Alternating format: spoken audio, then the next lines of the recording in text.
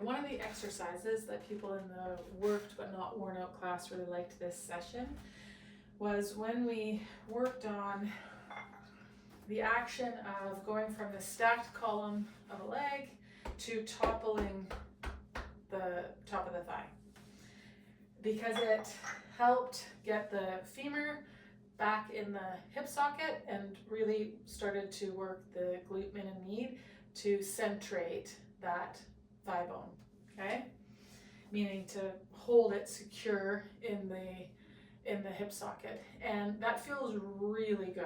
So we used a couple of dumbbells, and this is how we started it. So I'm on one leg, I'm in a bit of a split stance. This other leg is just here for balance. Now what I want to do is work those weights so that I can topple that femur back, so I can sit back into that hip pocket.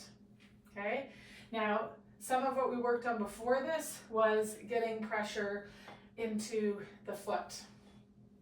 So then we kind of progressed that from that to adding a collision into it. So we went from standing on our other leg to dropping on that leg and sitting back into that hip pocket. This works really well for when you are hiking downhill, because when we are going downhill, we need to sit on our hamstring and get back there, keep the chest up and stay squatted. What I see and when knees start to get aggravated is people hiking downhill and really leading with the shin or trying to fight and push back, and then things get jammy in here.